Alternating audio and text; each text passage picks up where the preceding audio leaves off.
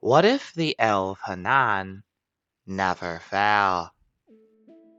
I sought to set my people free from slavery to would-be gods. I broke the chains of all who wished to join me. They sleep, masked in a mirror, hiding, hurting, and to wake them... Where did it go? There is no glory here, only a price that I alone will pay. After Arlathan fell, the Dalish forgot. But then you turned away. Why? I had no choice. What would happen if Arlathan was never conquered by the humans? What if the Dales were never formed? And what now? Having a precise date given for its fall, year -975 of the ancient age, one thing that was never made clear is the exact circumstances which led to it, with dayless keepers going on to tell tales of wild speculation and contrived deliberation. They themselves accused the humans of spreading disease and decay, of stealing away the immortality that their ancestors held, and encroaching upon the land that the Elvhen had called home long before time itself was ever counted. The humans, known by another name, labeled as the Shemlin, came with blood magic. They came with demonic slaves and weapons of war, while leading legions atop the backs of reptilian giants called dragons, spewing death and commanding fear. So afraid of this force were the ancient Elfan that once their sacred walls fell down around them, they swiftly broke in panic and ran for their lives. And in the original story, those too slow to flee were either enslaved or slain, with the city itself soon swallowed whole by blood before the end of the day. At least, that is what the Daelists tell themselves of such events, humble enough to admit that none known now live who properly remember the day, but still reckless enough to make pre-drawn conclusions and foregone delusions. But in their defense, the Daelist Keepers aren't the only party to misremember what happened during that dreaded siege almost 2,000 years ago. The Shemlin, who also spread and spin lies about their victory, shadowed only by their brutality. Yet the truth is, neither of these parties have enough knowledge to tell us the full tale. Only parts of it, the parts they want us to hear. The truth is, Arlathan was never conquered by the Shemlin, nor could the humans have made any real attempt upon it. Instead, the real instigation of Arlathan's fall was the betrayal of Mythal, the erection of the veil that splits the Fade, and the implied civil war that swiftly followed. But even then, we as fans of the lore are left with more questions than answers. After succumbing to his emotions and tricking those that betrayed Mythal, the Dreadwolf, Finn-Harel, wasted no time to seal them away, and in doing so, he would damn every single last member of his entire race before he instantly collapsed into a coma. Too tired from exerting so much of his power to create the veil, after its creation, he also found himself too weak to intervene, sleeping through the prayers and pleas of his own people and unable to deliver to them the salvation he had promised. And from that moment on, in the original story, Finn-Harel was forever known and labeled as the trickster god. he who forsook his own people and cursed the Elfhen for all time.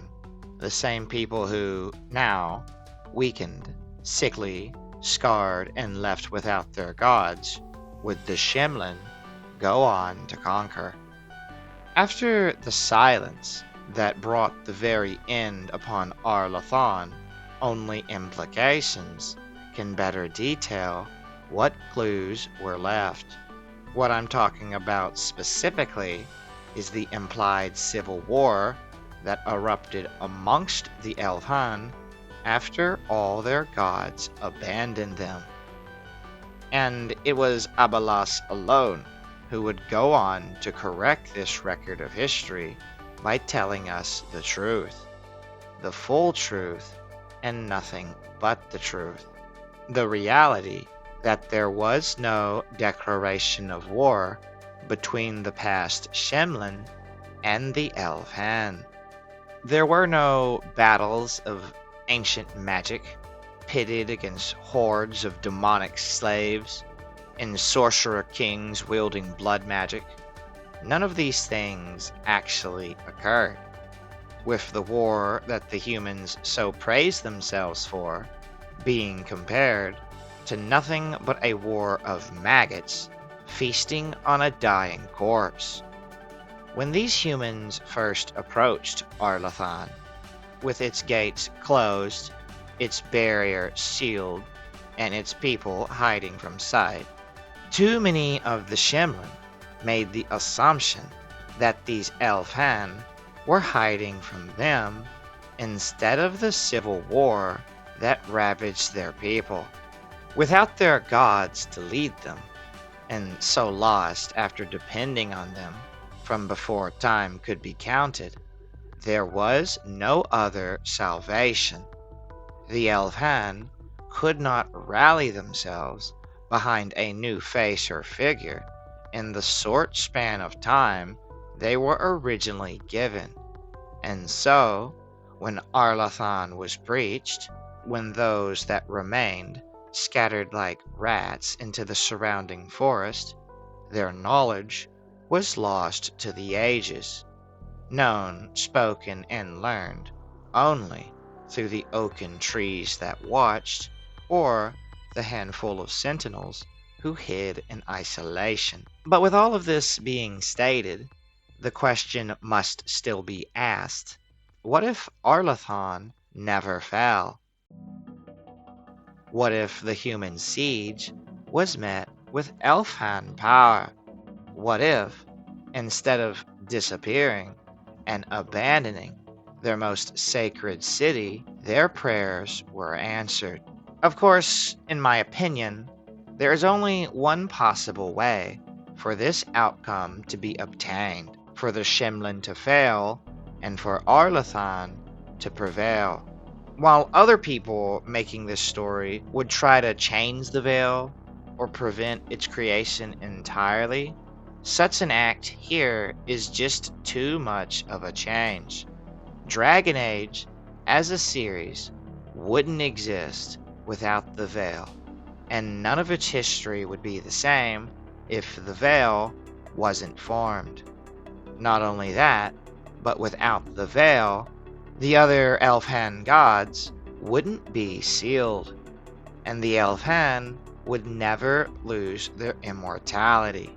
The idea of a what if the veil was never formed could, by itself, be its own separate video with its own devoted conversations and observations, many of which are beyond the scope of this video, while others cannot be ignored until we progress. This long-winded rant allows me to fully address the first major change in our timeline, a moment that will forever shape the history of Thedas.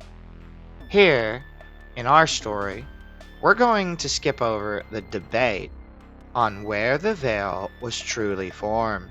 We're going to instead change such a location to Arlathan itself, and Solus will no longer hide from his people.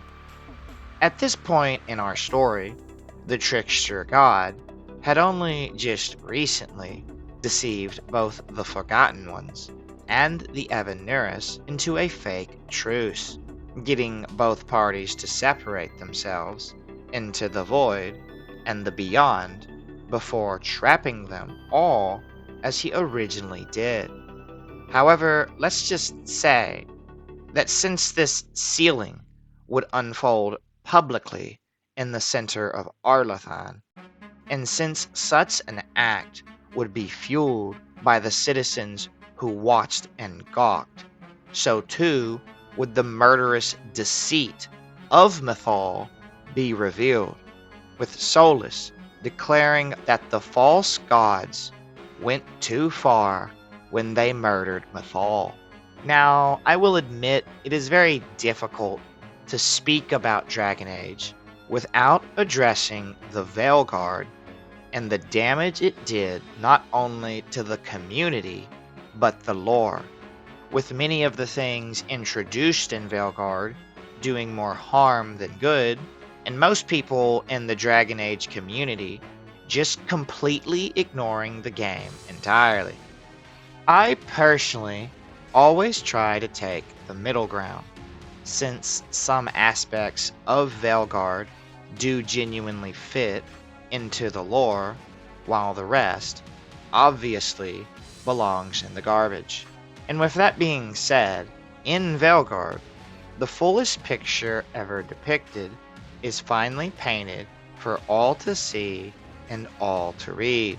All the Elfhen gods, the Evanurus, and the Forgotten Ones were once spirits who, using raw deposits of lyrium, shaped their own bodies into being, and in doing so, they stole from the Titans, to whom the lyrium was considered their blood and their body, instigating war and ruin between these two ancient races.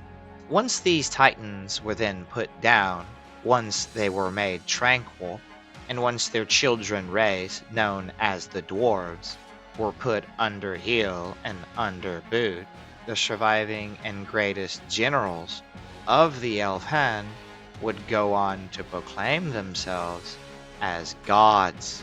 Everyone except Finn-Harel, with even Mythal, even though she never proclaimed herself to be one, eventually being elevated by the people around her. And while I am lumping the Forgotten Ones into this, they are never directly named or even talked about by Finn-Harel. Honestly, the subject of the Forgotten Ones could be their own separate video, since their only crime was just their implied brutality, and from what we know, they honestly might be the good guys. Skipping over all of this while keeping many of their interactions, inactions, and outcomes the same, we're going to make another change. The amount of power needed to create the veil in the first place, not its outcome. In the original story, when Finn-Harel held back the sky and created the veil, many, if not all, of the Elfhen cities and structures began to crumble, so dependent upon the open and free-flowing forms of magic were the ancient Elfhen, that without it, nothing in their world would be the same. We are not going to be changing any of this, nor is that my desire in creating this story. The separate idea of a what if Mythal was never betrayed could be its own story.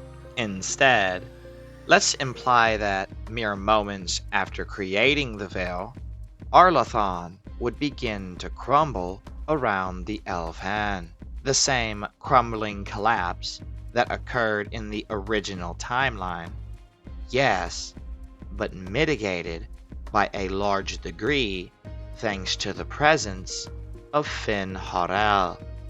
Of course, the slow fade of his magic would eventually lead to the same decay and rot that doomed his people in the first place, not because Arlathan was destined to fall, but because the mere existence of the veil meant it would never be the jewel that it once was.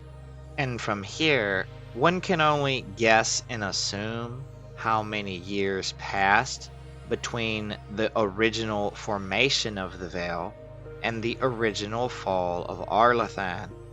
It could be 300 years, it could be 3,000 years, and no instigation or provocation is ever explained as to why the Teventa Imperium invaded in the first place.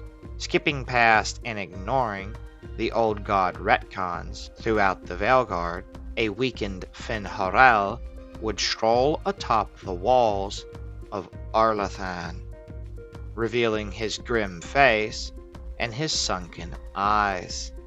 Never fallen sick or passed into his coma, but still too weak to act like the titan-shattering power he once was. Having just enough strength to pass through the network of Elvhenan mirrors he maintained, he became horrified at the state of Vera Dathara. And just like in the original timeline, regret would overwhelm Fen'Harel and the mistake he made, but here it would happen so much earlier. So wrought and ruined would he be, as demonic slaves swelled outside Arlathan, passage would be taken by Fen'Harel into the Vira Belasan, the Well of Sorrows, and the Temple of Mythal. There, he would enact the very plan he originally sought to fulfill almost 2,000 years later. The merging of his own spirit and soul with Mythal, guided by Abalas freely to surmount and scale the temple stairs before bathing in its glory. No longer fleeing to the humans, or merging with Flemeth as she once did. Instead, after her betrayal in our timeline, the spirit of Mythal would flee to her temple to hide and isolate herself behind the very being who devoted his entire existence towards her, Abalas.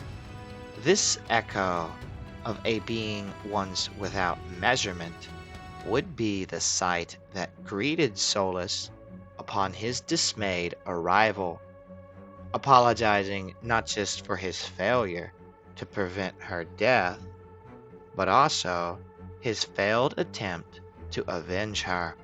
At this moment, reaching out to hug the spirit he considered his friend, but also soaking up her power to the very end. There and then, in front of Abalas and the few guardsmen enough to count on hand, would the last of the Evanuris come to pass, with both Fen'Harel and Mythal ceasing to be, as each became one, no longer separate and no longer the same, no longer a pantheon of divided gods bickering and fighting amongst themselves, but now a solid and singular guardian of the entire Elfhan race, forged and formed into one being. The argument could be made that for the rest of our story, Fen'Harel should cease to be entirely, and a new name is needed. And if I had to pick a name for this Elfhan host, no better word or name would fit best than the Elfhan word named Somnieri, something a Simlin such as myself would translate to the dreamer.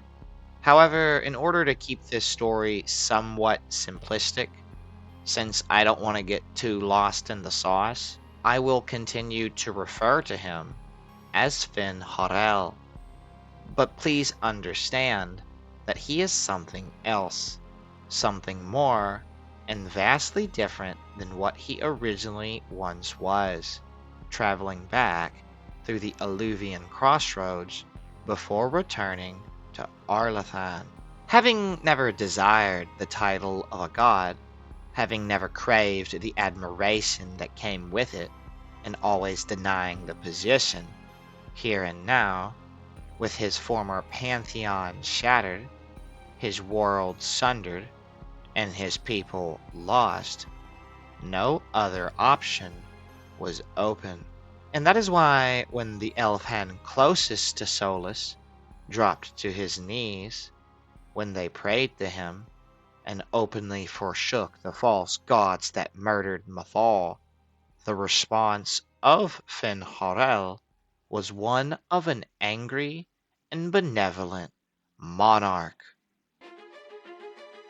a being of undiscernible power, bound only by the beloved preservation of his own race. Taking up the Fokai orb, held as the icon and relic of Finn Harel, this magistrate of every Elfhan raised such an object to the sky, unleashing such a burst of magic that the land around Arlathan turned black and blighted, leaving the ground with dry and decayed trees. Not even the blades of grass were spared from such a surging wave of magic, draining all power not just from the Elfhan god that cast such a spell, but taking the life of all the surrounding plants with it, replacing lush forests of green with barren patches of rotten oak. Only the Shemlin were spared, the demons, the wildlife, the dragons, and the hordes that came to inflict death and fire. For these creatures alone were the focus of such a spell. First, squirrels stiffened to stone before Wild Hala froze in the middle of their galloping herd as birds overhead dropped quicker than rocks. Then the nearest demons began to suffer, howling with their twisted tongues in horrific speech. Too late did the Shemlin notice their own fates, soon joining the panic of not just their demons, but also the dragons overhead. All of them, every living being within the forest, but outside Arlathan itself, was instantly turned to solid stone, giving the last but not the least of his magical essence. Finn Harel gave back to his people that which he once took, forever sealing in place those that sought to slaughter his people. None could deny or ignore his final act. Malas amalin na halam abalas. Only here and now would Solus fall into his same heavily implied 2,000-year-long slumber like he originally did, except now his body was held in the center of their most sacred Elfhan temple and guarded as the prophet of Arlathan while awaiting his destined return. And one can only wonder what would happen afterwards. Would the separate Elfhan outside the city continue to survive, or would they all just flee to Arlathan? Does the stone forest of Tevinter's soldiers and demons ward off any future human attack? How would the first blight unfold if Arlathan never fell? Sadly, many of these things, if not most of them, can only be answered during another day and another episode.